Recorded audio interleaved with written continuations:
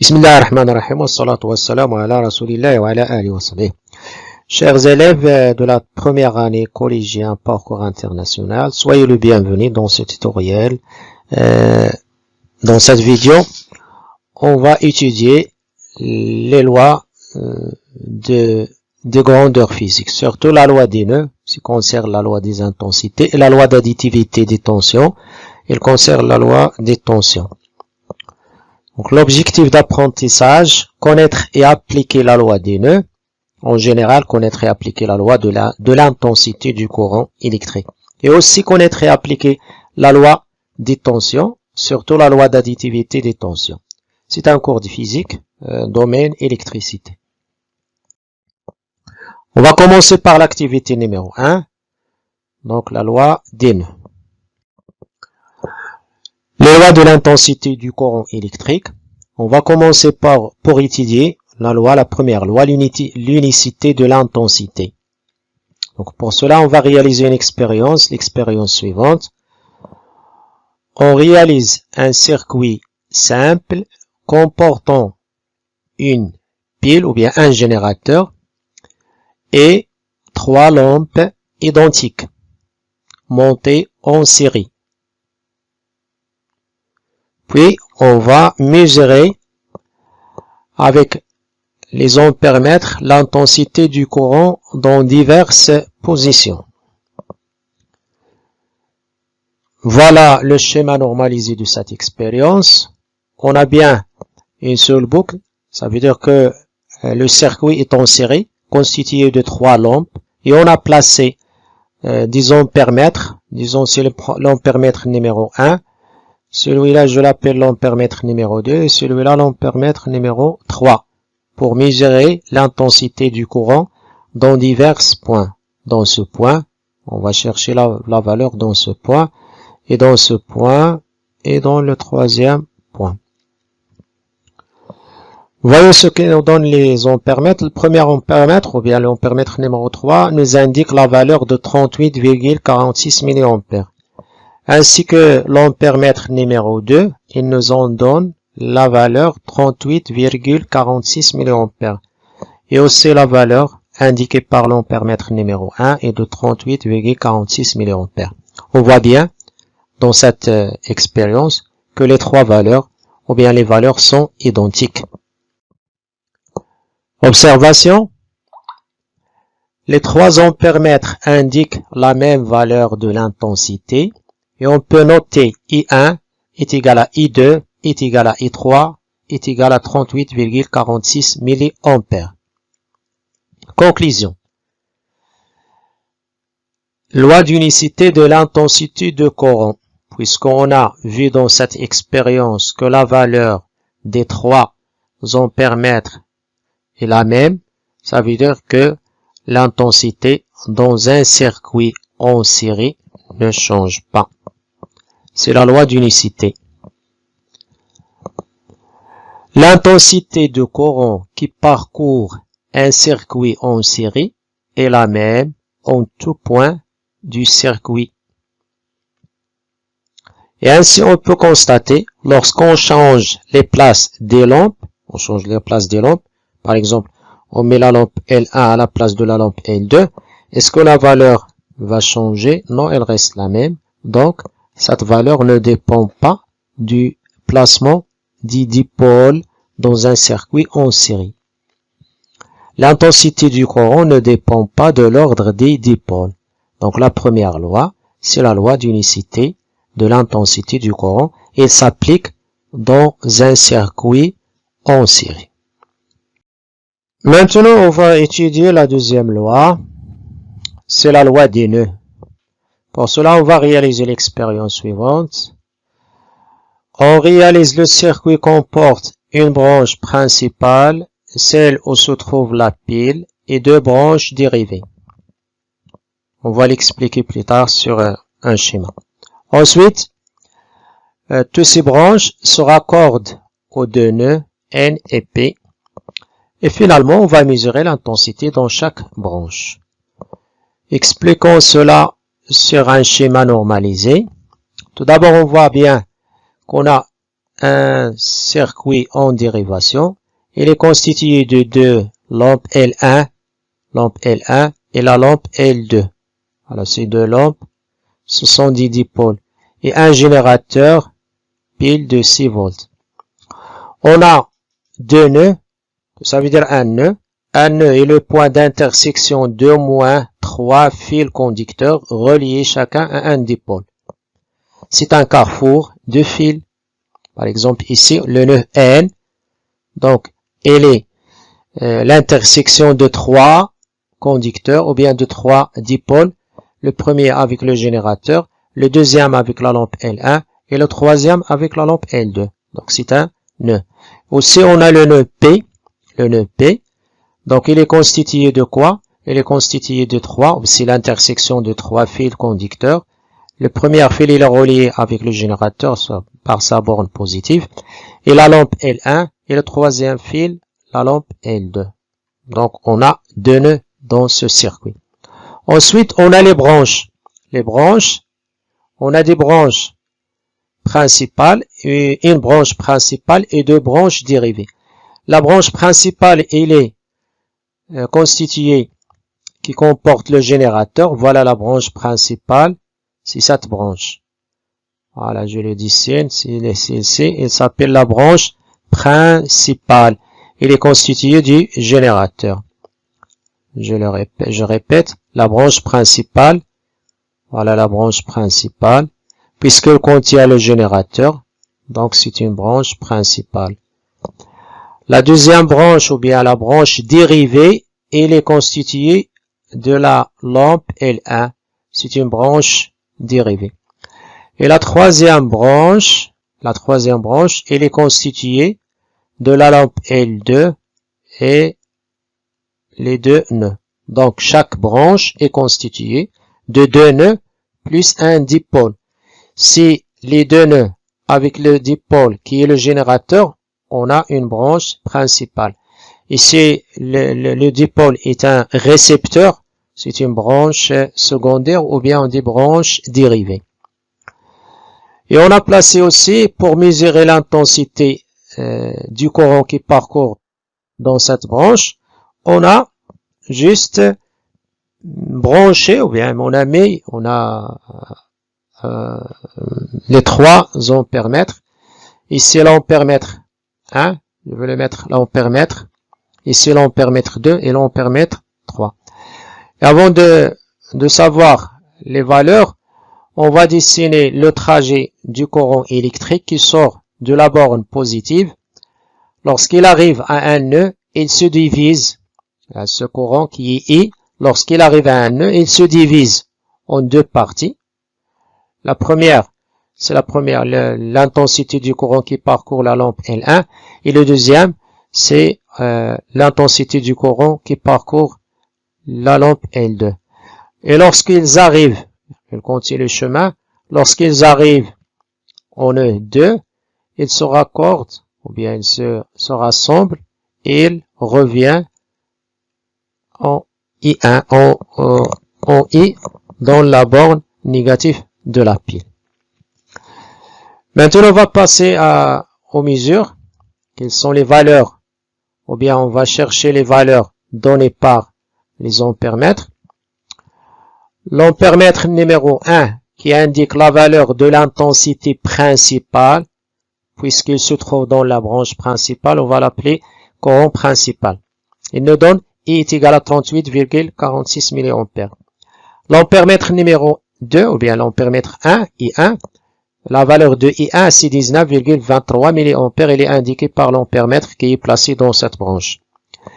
Et la valeur de I2 est égale à 19,23 mA qui est parcouru, ou bien qui est indiqué par l'ampère-mètre pour désigner la valeur de l'intensité I2 qui parcourt la lampe N2.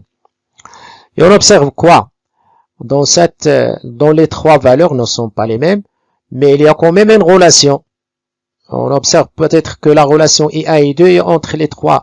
I1 et I2 d'une part, I1 et I2 d'une part, et I. On va comparer I1 et I2 avec I.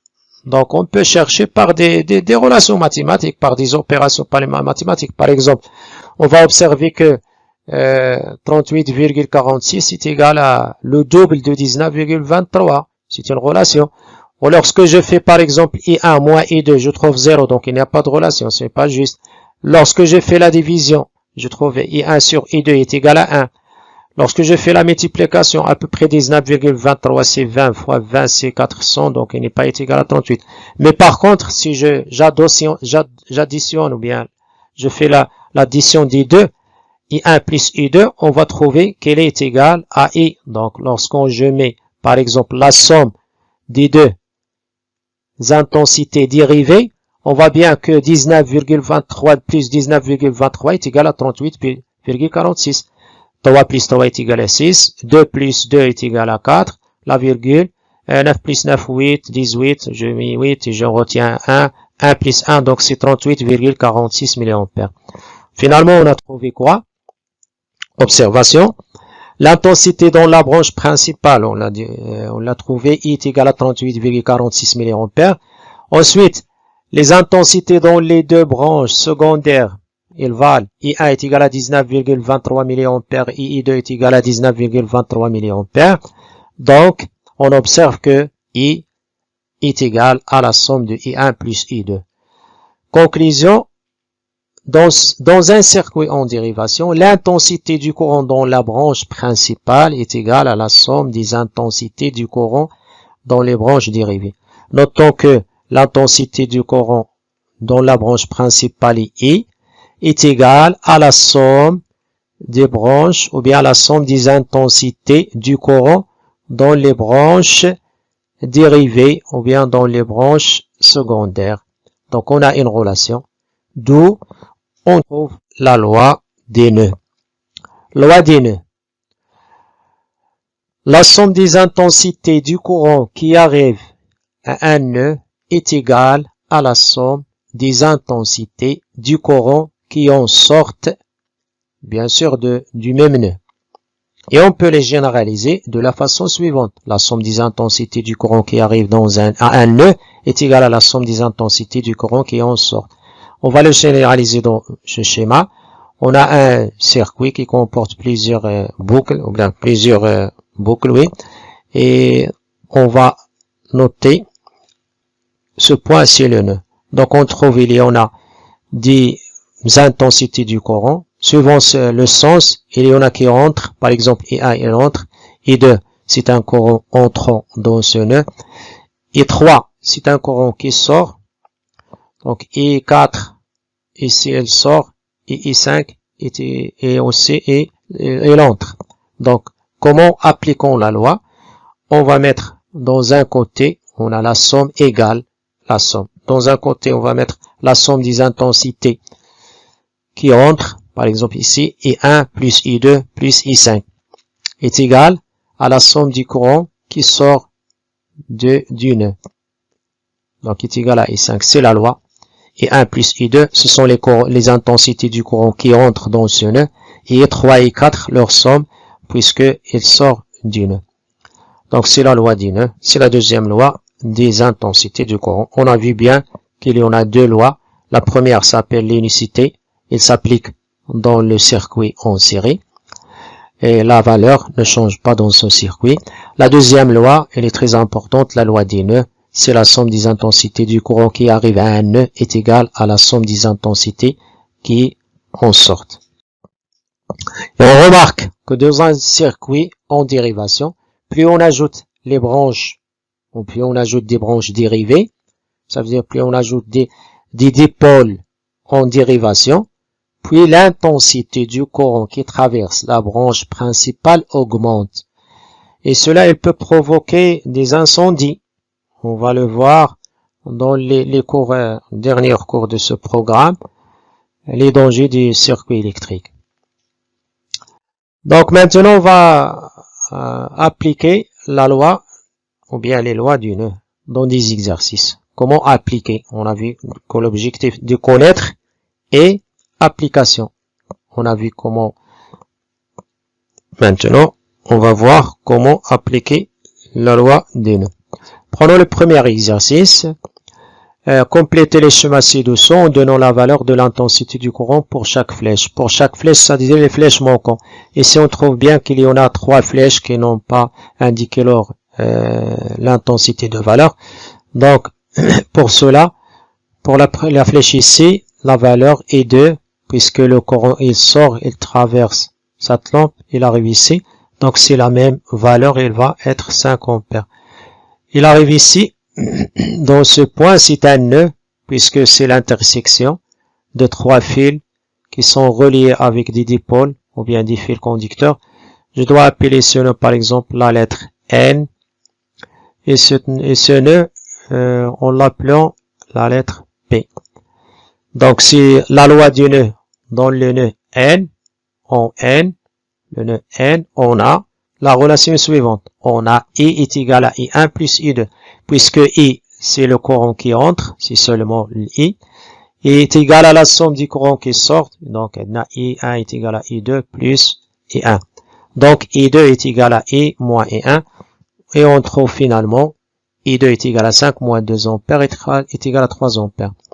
Donc, et après, pour chercher la valeur de cette intensité, on va appliquer la loi du nœud ici en P. Donc, on a aussi I1 plus I2, puisqu'on a trouvé ici I2 est égal à 3 ampères. Donc, la somme des deux, c'est 2 plus 3. 2 plus 3 est égal à 5. Donc, il est égal à cette valeur. Et ici est égal à 5 ampères. Donc, cela pour cet exercice. Deuxième exercice, comme application. La même question, compléter les schémas ci-dessous en donnant la valeur de l'intensité du courant pour chaque flèche. Donc ici, on a toujours ici est égal à 5,5 est égal à 5 ampères. Donc le courant traverse la lampe, il arrive ici. Donc il n'y en a pas de nœud. Ici c'est 5. Je mets 5 ampères, pardon. Je dois écrire 5. On va écrire ici 5 ampères. Donc ici on a un nœud.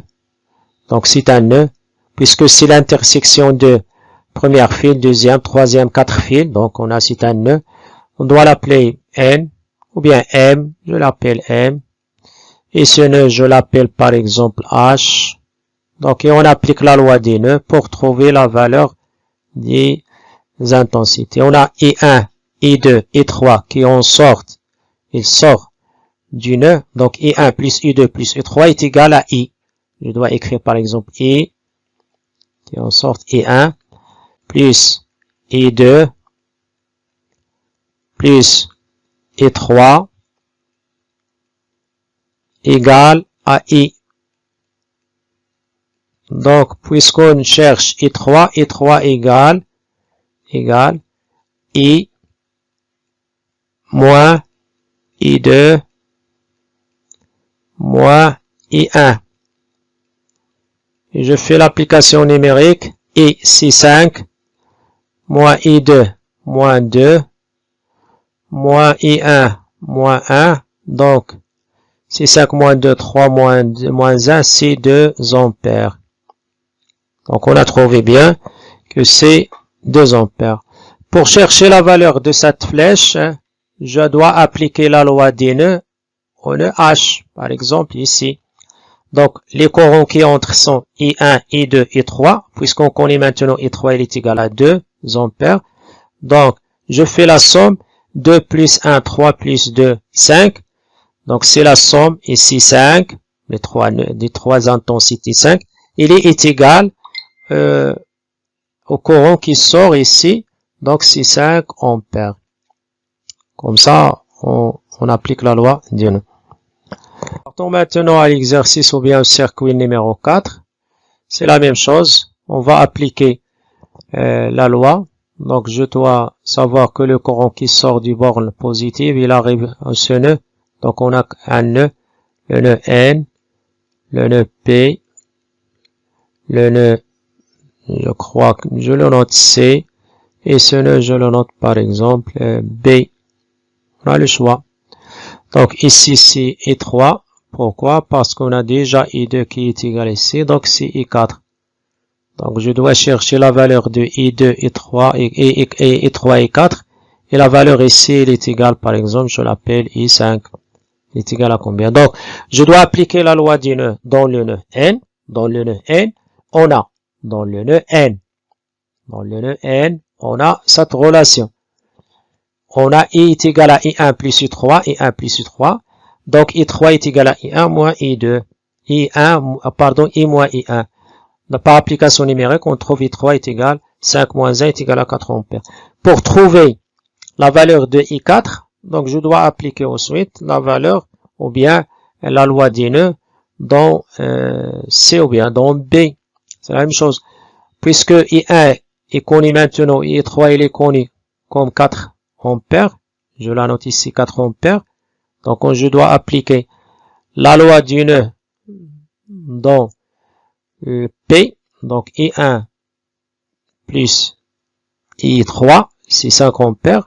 Donc il va entrer ici 5. Ici 5. Il nous reste I2 plus I3, donc 5 ampères dans le nœud, dans ce nœud-là. On a 5 ampères. Hein. Il est égal à I2, c'est 2 ampères. 2 ampères. Plus I4. I4 ici, il est égal. Il est inconnu. Donc I4 est égal à 5 moins 2, il est égal à 3 ampères. 5 moins 2 est égal à 3 ampères. Le dernier exercice, c'est celui-là. Donc celui-là, on va faire un petit peu des... Donc, on a quoi? On a ici les nœuds. Il faut faire attention aux notations. Donc je dois noter par exemple, ici, c'est le courant qui va sortir. Il arrive ici, c'est 5 ampères. Il arrive ici, c'est un nœud. Donc on a 3 fils de conducteurs. Donc I1, on a I2, ici I3. Donc I3, on peut les chercher par la valeur ou bien par la méthode ou bien par l'application de loi des nœuds. On trouve dans ce nœud-là, on a la relation suivante. On a I qui entre est égal à I1 plus I3 qui sort. Donc I3 est égal à I moins I1.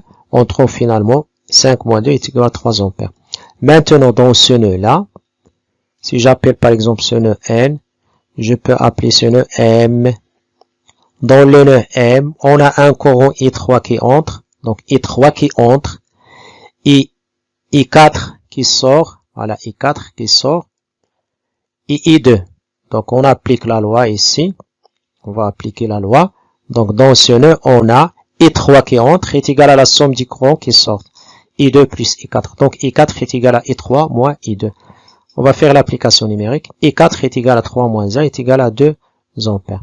Donc puisqu'on a I4 est égal à 2 ampères, on va la noter sur le schéma. Puisqu'on a I4 est égal à 2 ampères, I4 est égal à 2 ampères. Ici 2 ampères. Et on va justifier, voilà, on a des nœuds ici. Donc la somme des deux courants, ici, 2 ampères plus 1 ampère, c'est ça, voilà, je l'appelle ici, c'est le courant, c'est 3. Puisque la somme dans ce nœud-là, la somme des deux courants qui entrent est égale à la somme du courant qui sort. 2 plus 1 est égal à 3 ampères. Ensuite, suivant le trajet de ce courant I1, il va arriver jusqu'à ce nœud, je l'appelle par exemple le nœud P. Dans le nœud P, on a I1, voilà I1. Et merci de votre attention et à bientôt pour la deuxième partie de cette leçon.